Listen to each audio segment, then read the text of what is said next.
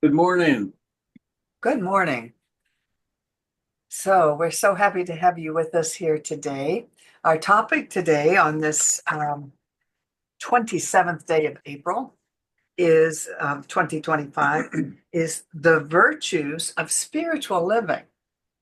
And this topic came to me because the whole week that we've spent remembering and honoring Pope Francis, and you know, he has been such a loving, available Pope for the world, not just for the Catholic Church, that he's really made an impression on people. They really love him, and really showed it in this week of his passing.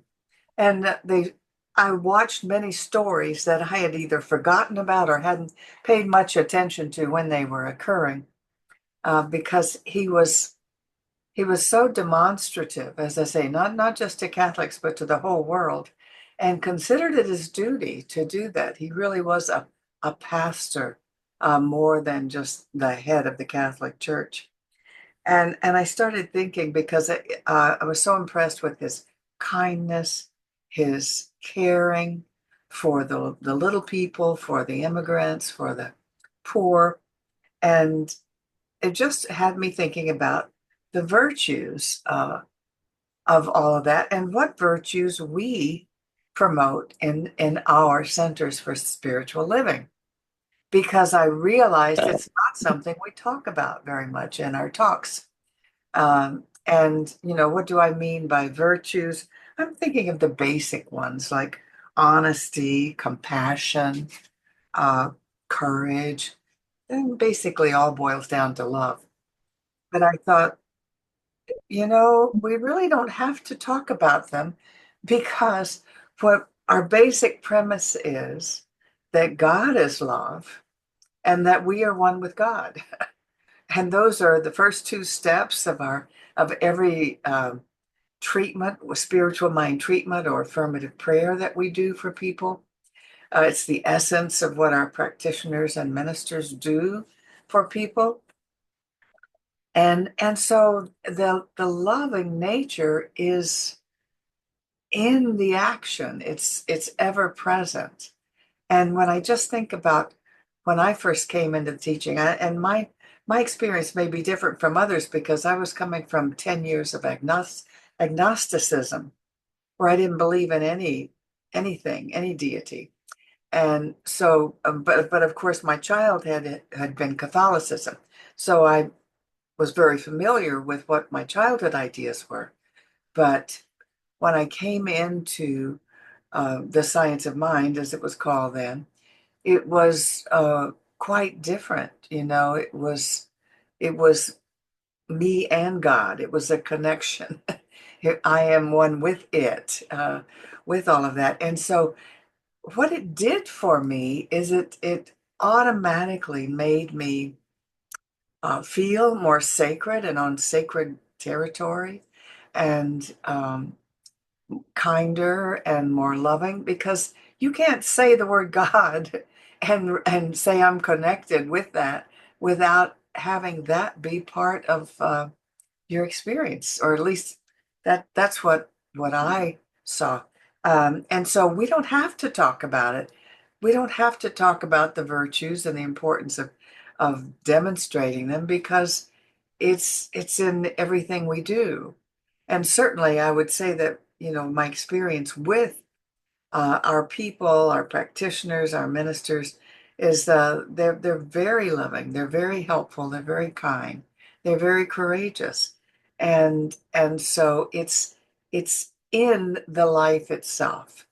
When you identify that you're one with God or love, then how can you not be loving? But I want to share some of his stories.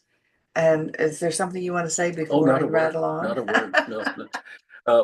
I was taking a nap earlier because I wanted to be up and ready and charged for our talk today.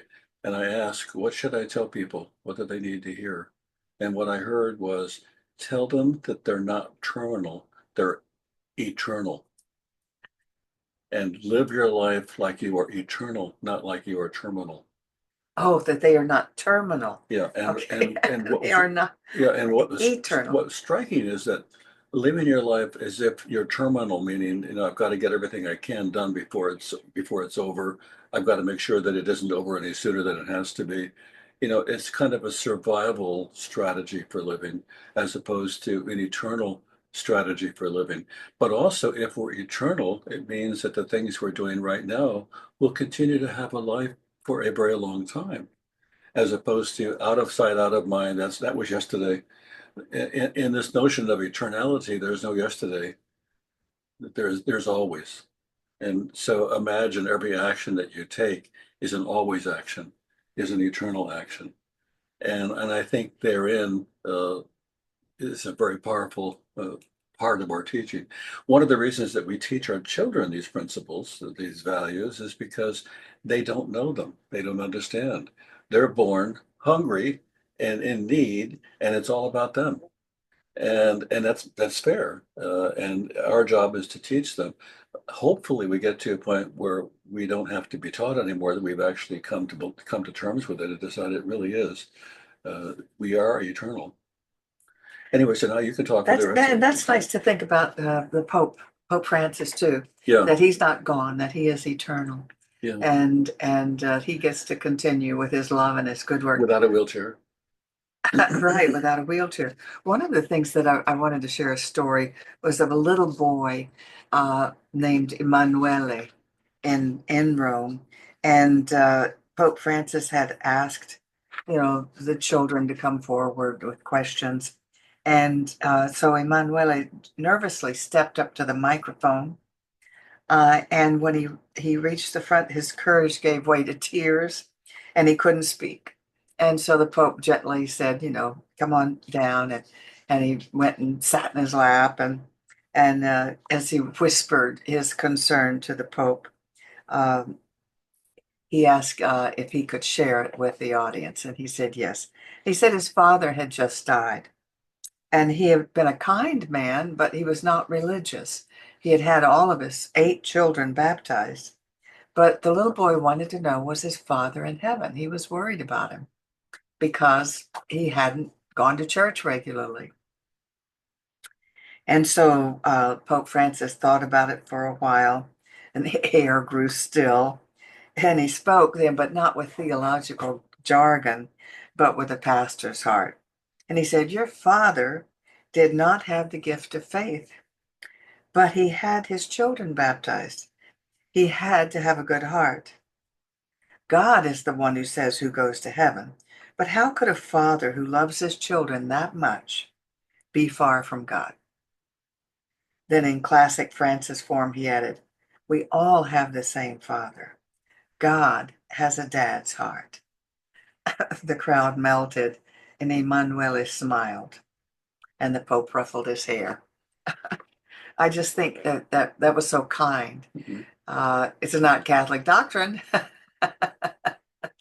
but it was so kind, and I think true. And so he was always doing things like that, being a loving Pope and Father. Another story that really impressed me was, and I had not paid much attention to it at the time.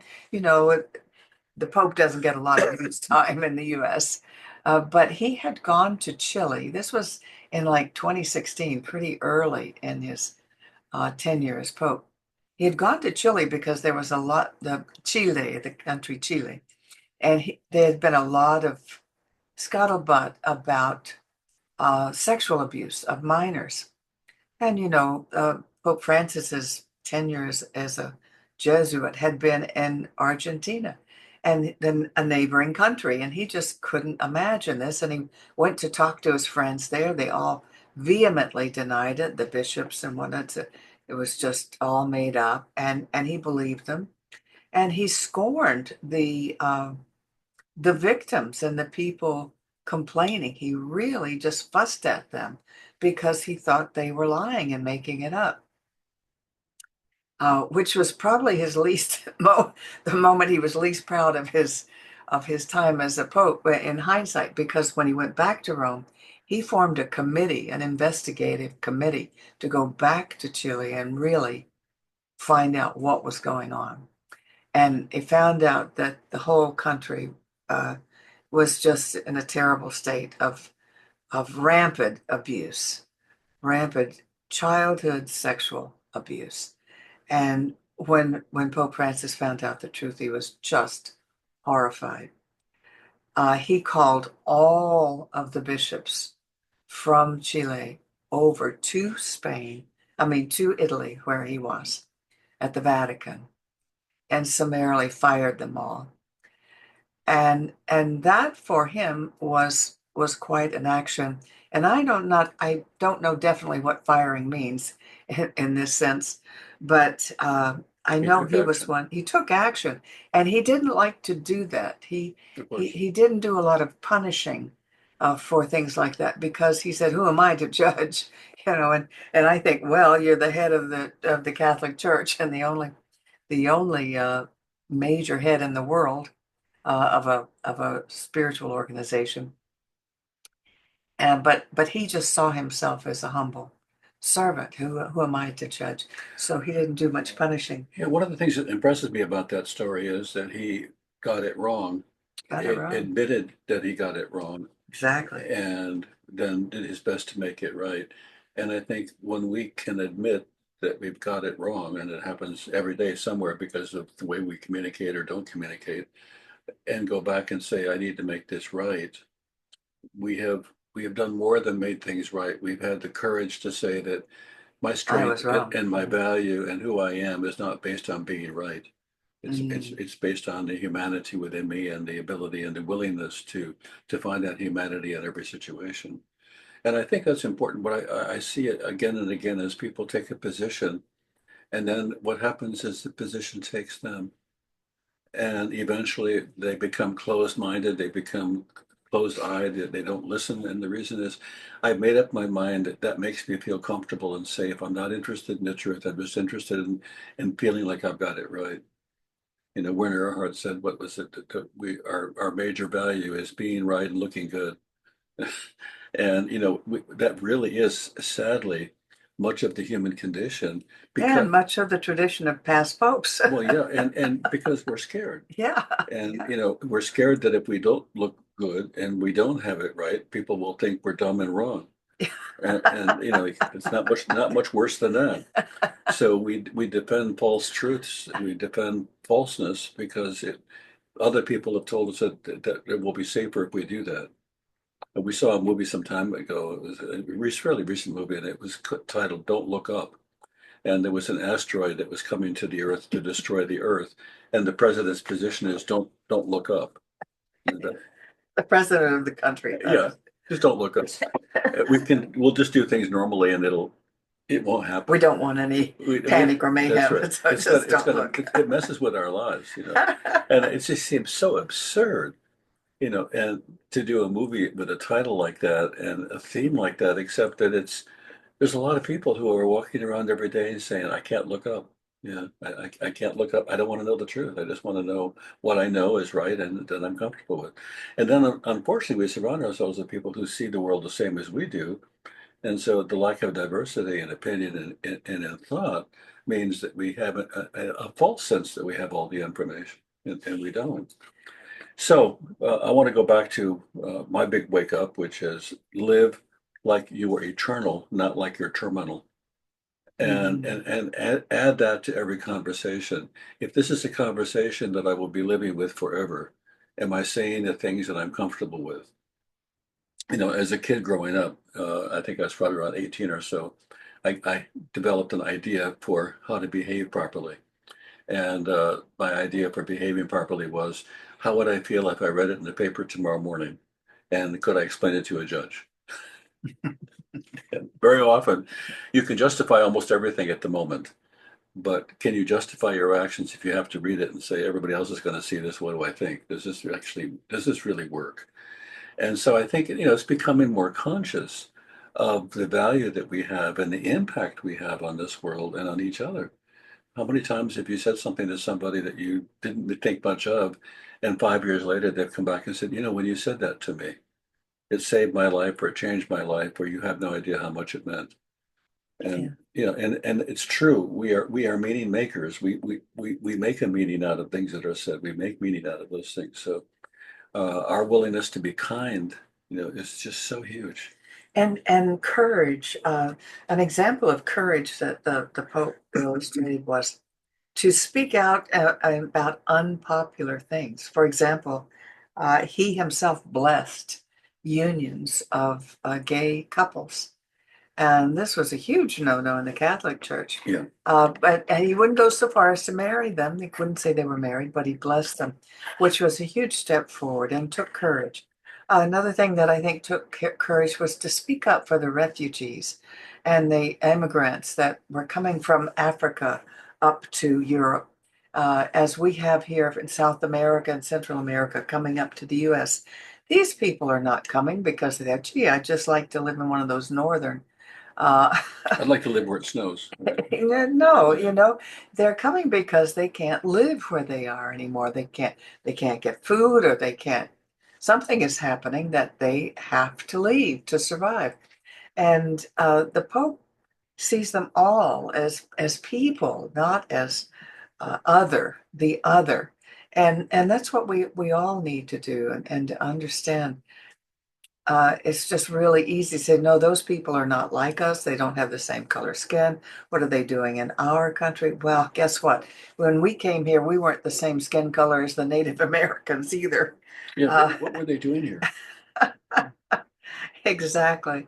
Um, so he was courageous in that regard and um, asked people to be loving, to be kind, to be courageous and doing difficult things, which is accepting more people in a loving way, in a helpful way. So it was a nice reminder for me to see all the good things that he did as the head of a church. And as I investigate our form of spiritual living, I'm very proud of it. I'm very proud of what it does. I'm proud of what it did for me when suddenly I thought of myself as one with God. It just changed everything. Instead of it being a cold, hard world out there with, dog eat dog and man against man, it was suddenly warm and inclusive and loving. Even when people did not loving things, I know it was always out of ignorance, not malice, Right. which is another way of looking at things. You don't have to be so fearful of protecting self, especially when you know you're eternal. Not that you put yourself in danger, but you give others the a reason. So what I'm looking for, you give others uh, reasonable doubt, and rather than condemning them Well, I think that immediately. the thing we can all work on, I certainly have to work on it for myself, is judgment. That without Exactly. without meaning to, we are doing two things all the time. We're assessing and judging. That person's this person's that. They shouldn't do this, they shouldn't do that. She shouldn't wear that, they should wear this, they should. We don't even think about it, but we're just going through this whole litany of judgments. And at the end of the judgments, it's really about being right, making somebody else wrong. It's about being in control when it's actually not true. If we just were willing to not make up how things are, but just to be curious, it would change things. A couple of little stories, and when I talk about fear, it's one of the things I think that often operates within us and operates us. A boy fell into, it seemed, I think, some sort of a well, a young child, Mhm. and in that same well, there were probably 10 or 12 cobras. And so what the boy did is he stayed in his corner, and what the cobras did is they stayed in their corner. And the boy didn't think much of the cobras, but he wasn't going to eat them. And it was also true that the cobras weren't going to eat him. He was too big. But what was interesting is I thought, what if an adult had been in that cave, or in the adult would have felt compelled to take on that dangerous creature, which would have put that dangerous creature in the mode of having to be dangerous. And so much of the danger that we encounter is actually about out of our creation and out of fear. And if we don't have that fear, uh, we can have the world be a very different world. There's also a jaguar in India that goes into the town every night. And the reason he goes into the town every night is to hang out with a cow. And he sleeps with the cow. And then in the morning, early in the morning, he leaves and goes and hunts and things like that. But the reason he sleeps with the cow is because he was orphaned and the cow took care of him when he was very, very little. And so he's a full-size jaguar now who would eat just about anything but not the cow. And I share that because once we decide that something is safe or we decide that we can get along with something, even interspecies, we can do that. And I mean, it's funny seeing the picture of this jaguar kind of curled up, in the cow, you know, munching away like, yeah, this is my baby. Yeah. But there's hundreds of stories like that where when the decision is made to trust somebody, even though it doesn't seem like a good idea, and that trust is honored, a relationship is formed, and that relationship can last forever. And I'm on Facebook enough of the time, and I'm watching these things called reels, and I'm just blown away with the squirrels and the birds and the cats and the raccoons and all of the animals that ask human beings for help, get help, and then become lifelong friends. The most interesting one recently was a shark that had a hook in his mouth, and a diver decided that he was going to help the shark and get the hook out of its mouth. A brave diver. Yeah, and he took A the hook out of the courageous shark's diver. mouth. The shark knew that this is what he was doing. He wasn't going to hurt him. Well, every time he goes swimming or he goes diving in that area, that shark finds him and they hang out together. He rolls over on his back. He gets rubbed. He gets rubbed. And the shark has been taking the teeth that normally fall out and saving them for him and then giving them to the diver. And the diver had a big jar full of teeth. And that was the shark's gift to him. I'm giving him all the teeth that fall out because they lose their teeth on a regular basis. I thought, my God, if species, a shark A shark can make a and a friendship with a person human, yeah. can become friends, and we know the octopus story is the same thing, then we've got to be able to extend that to each other at least. Really. So, so in summary, we don't talk a lot about the virtues. We don't talk about Christ as the example, and we want to be, but we do talk a lot about being one with God, and you can't get any closer than that, I think. So I'm proud of us. And now I'd like to do a screen share here and share with you how you may, oops, I didn't open it up, did I? No, just close it. Close it. I didn't open it up to tell you how to. So That one woman doesn't, emailed me today and saying, what's your address? How do I send right. a donation?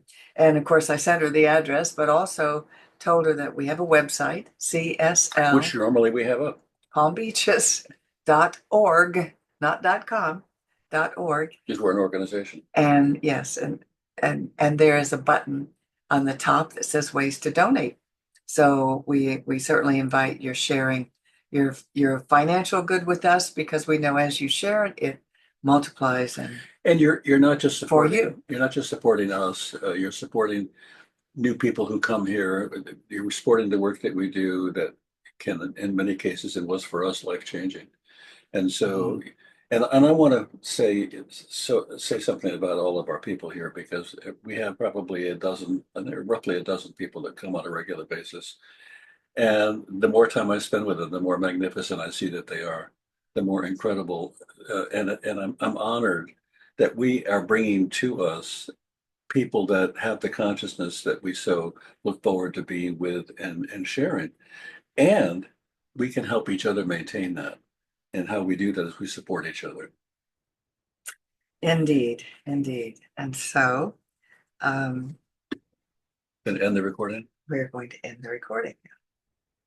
Okay, recording stop.